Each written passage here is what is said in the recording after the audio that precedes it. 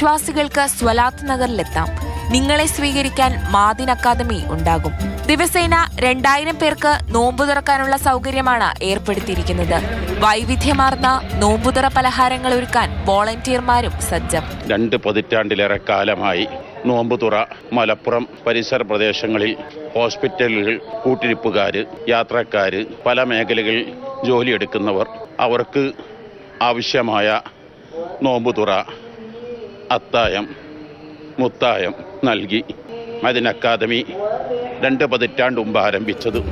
ഇഫ്താർ സംഗമത്തിന് പുറമെ റംസാൻ 1 മുതൽ 30 വരെ 30 കർമ്മ പദ്ധതികളും മാദിൻ അക്കാദമി സംഘടിപ്പിക്കുന്നുണ്ട്.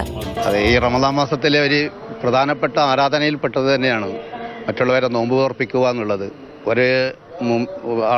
നോമ്പുകാരനായ ഒരാളെ നോമ്പ് തുറപ്പിക്കുന്നത് ഒരു നോമ്പുകാരന് എത്ര പ്രതിഫലമാണോ ലഭിക്കുന്നത് അതേ പ്രതിഫലം ലഭിക്കുന്ന ഒരു സൽക്കർമ്മമാണെന്നാണ് റസൂലുള്ളാഹി സ്വല്ലല്ലാഹു അലൈഹി വസല്ലമ തങ്ങൾ ഈ ഇഫ്താറിനെ സംബന്ധിച്ച് വിശേഷിപ്പിച്ചിട്ടുള്ളത്.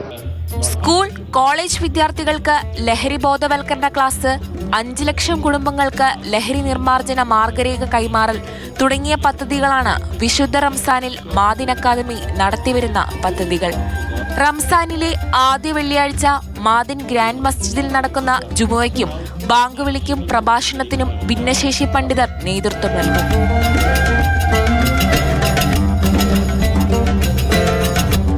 മാതൃഭൂമി ന്യൂസ്, മലപ്പുറം.